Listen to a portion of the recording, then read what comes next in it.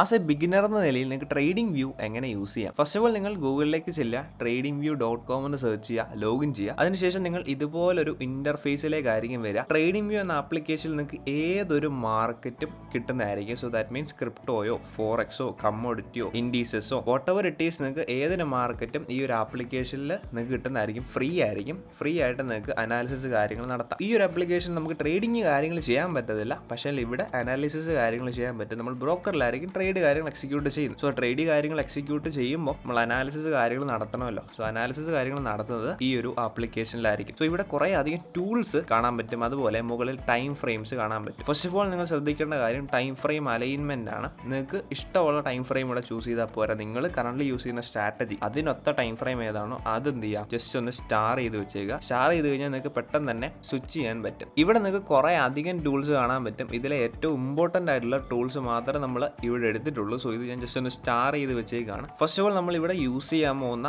ടൂളാണ് trend line. Okay, trend line എന്തിനാണ് use ചെയ്യുന്നത് വെച്ച് കഴിഞ്ഞാൽ മാർക്കറ്റ് ഇപ്പോൾ ബുള്ളിഷിലോ ബെയറിഷിലോ പോവുകയാണെങ്കിൽ നമ്മൾ ബ്രേക്കോ സ്ട്രക്ചേഴ്സോ ചേഞ്ച് ഓഫ് ക്യാരക്ടേഴ്സോ ഐഡന്റിഫൈ ചെയ്യാൻ വേണ്ടി യൂസ് ചെയ്യുന്ന ടൂളാണ് ട്രെൻഡ് ലൈൻ. രണ്ടാമത്തെ ടൂളാണ് ലോങ് പൊസിഷൻ, ഷോർട്ട് പൊസിഷൻ. നമ്മളിപ്പോൾ ഒരു ട്രേഡ് എക്സിക്യൂട്ട് ചെയ്യുമ്പോൾ നമ്മൾ ബൈയോ സെല്ലോ ആയിരിക്കുമല്ലോ ചെയ്യുന്നത്. മാർക്കറ്റ് താഴേക്ക് വരും, നമ്മൾ അക്കോർഡിംഗ്ലി നമ്മുടെ സ്ട്രാറ്റജി വെച്ചിട്ട് നമ്മൾ സെല്ല് ചെയ്യുന്നു. നമുക്കിപ്പോൾ ഇവിടെ നിന്നാണ് സെല്ല് ചെയ്തെങ്കിൽ നമുക്ക് ഷോർട്ട് പൊസിഷൻ വെക്കാം. ഇത് നമ്മുടെ സ്റ്റോപ്പ് ലോസും ഇത് നമ്മൾ ടാർഗറ്റ് ആയിട്ടും ഇവിടെ പ്ലേസ് ചെയ്യാം. ദാറ്റ് മീൻസ് അക്കോർഡിംഗ്ലി നമുക്ക് പിപ്സ് അതുപോലെ നമ്മുടെ ടാർഗറ്റ് സ്റ്റോപ്പ് ലോസസ് എല്ലാം ഇവിടെ കാണിക്കും. അക്കോർഡിംഗ്ലി നിങ്ങൾക്ക് ബ്രോക്കറിൽ സെറ്റ് ചെയ്ത് വെക്കാൻ പറ്റും. അതുപോലെയാണ് ലോങ് പൊസിഷൻ. ലോങ് പൊസിഷൻ നേരെ മുകളിലേക്കായിരിക്കും, നമ്മുടെ ടാർഗറ്റ് മുകളിലേക്കായിരിക്കും, SL തൊട്ട് താഴെയായിട്ടും ഇരിക്കും. അടുത്തായിട്ട് നമ്മൾ യൂസ് ചെയ്യാൻ പോകുന്ന ഒരു ഇമ്പോർട്ടൻറ്റ് ടൂളാണ് റെക്റ്റാങ്കിൾ. ഈ റെക്റ്റാങ്കിൾ ടൂൾ എന്തിനാണ് യൂസ് ചെയ്യുന്നത് വെച്ച് കഴിഞ്ഞാൽ നമുക്ക് ഈ ടൂൾ കൊണ്ടായിരിക്കും നമ്മൾ ഓർഡർ ബ്ലോക്ക്, ഫെയർ വാല്യൂ ഗ്യാപ്സുകൾ അല്ലെങ്കിൽ PD എറേസ് കാര്യങ്ങളൊക്കെ ഐഡന്റിഫൈ ചെയ്യുന്നത്. അതിനുശേഷം നമ്മൾ യൂസ് ചെയ്യാൻ പോകുന്ന ഒരു ടൂളാണ് പാത്ത്. എന്തിനാണ് യൂസ് ചെയ്യുന്നത് വെച്ച് കഴിഞ്ഞാൽ നമുക്ക് മാർക്കറ്റ് സ്ട്രക്ചർ ഐഡന്റിഫൈ ചെയ്യാൻ വേണ്ടിയാണ്. നമ്മളിപ്പോൾ ട്രേഡ് ചെയ്യുമ്പോൾ നമ്മൾ ഈ ടൂൾസ് കാര്യങ്ങളൊക്കെ യൂസ് ചെയ്യും. എസ്പെഷ്യലി പാത്തൊന്നും നമ്മൾ യൂസ് ചെയ്യാൻ ചാൻസ് ഇല്ല.